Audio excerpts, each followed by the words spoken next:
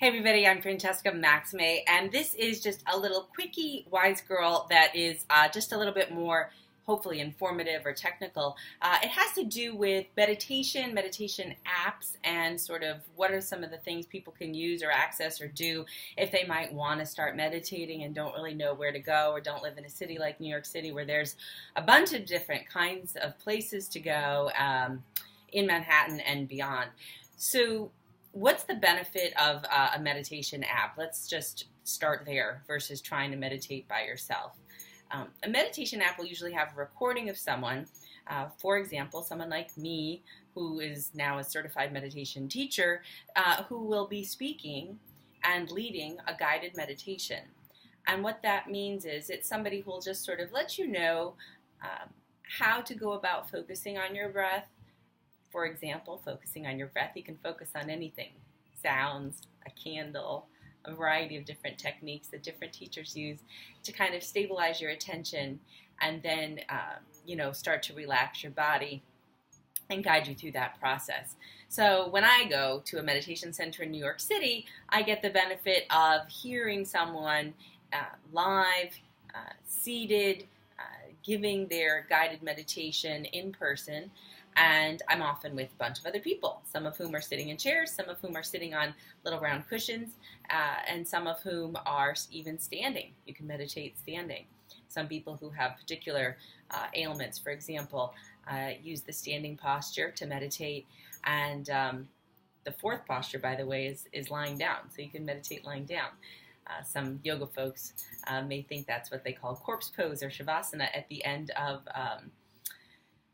the yoga practice, but that also is, the kind of a pose that we can use to integrate a meditation. So what does an app give you in that guided meditation that you wouldn't get if you were just sitting by yourself trying to meditate at home or on a park bench or whatever, but not using any kind of assistance?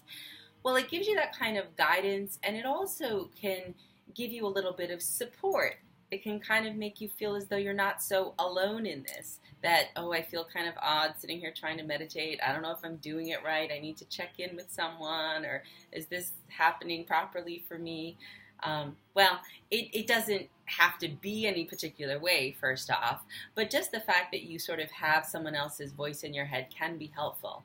And recently I saw a bunch of advertisements for a prominent app that does meditation for folks called Headspace. There's plenty of others, Happify, Buddhify, Insight Timer.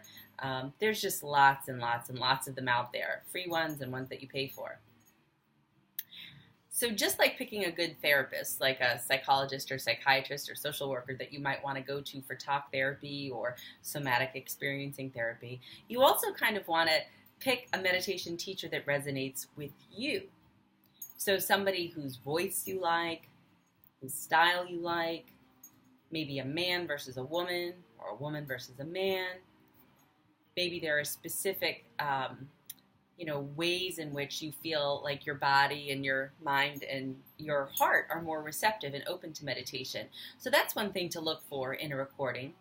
Another thing that you may want to consider is that different apps have different kinds of meditations that you can literally sort of plug into.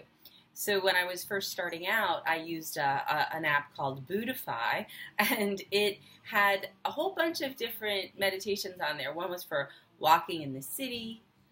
Another one was like meditation on the subway. Another one was like meditation out on the mountain. Another one was, a meditation by the ocean. Another one was meditation sitting at home or sitting on a park bench or something like that. And so they can also be situationally different. And so if you're in the context of something that you want to meditate with or about, you can try just going about your regular day doing that. Another thing is that there's sort of different kinds of focused meditations that you can do. A very sort of popular one that one of my teachers, Sharon Salzberg, has made so popular is the Lovingkindness meditation. And in some ways, it's very simple and may feel familiar in that you often might do this kind of a sort of ritual already with your kids if you have children before you go to bed or something, where you wish that other beings are well and that you wish that you are well. So people you care about, even people that maybe you have some issues with or a little bit of challenge with, you wish that they be healthy or that they be happy, including the people that you love and that you care about, or maybe pets or animals if they're sick. So that's called loving kindness meditation.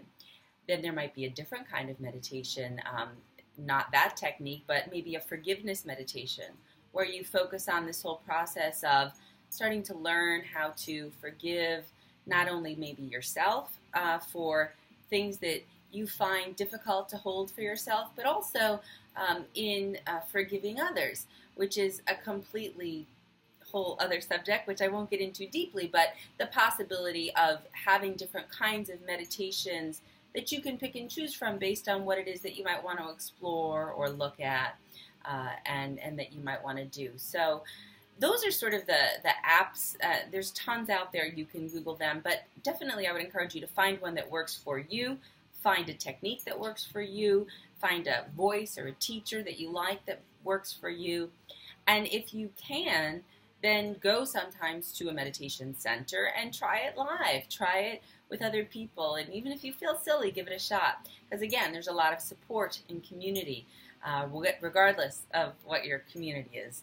If it's not your high school basketball team anymore, and it's not your neighborhood PTA or whatever, then maybe you can get a new group of friends by going to a community meditation center. And if you happen to live in a rural area where you don't have such a thing, there are lots of groups that do stuff online. Do it live. They do it in community, but in online groups that you can opt into, which are smaller groups like 20 or 30 people, or bigger groups where you can share your experience or what you might call your meditation practice with a whole larger group of people from even all around the world. So I would just invite you to consider that there's a lot of options out there. We really are blessed to have that as sort of tools at our disposal. And if you have any questions about specifics and you would like to know what apps I tend to like or which ones might work better for you or whatever, feel free to tweet me or shoot me a message here on the YouTube page or on the Facebook page or whatever it is, and I'll be doing my best to get back to you with any suggestions that I might have. I hope that was helpful, and I'll talk to you later. Bye.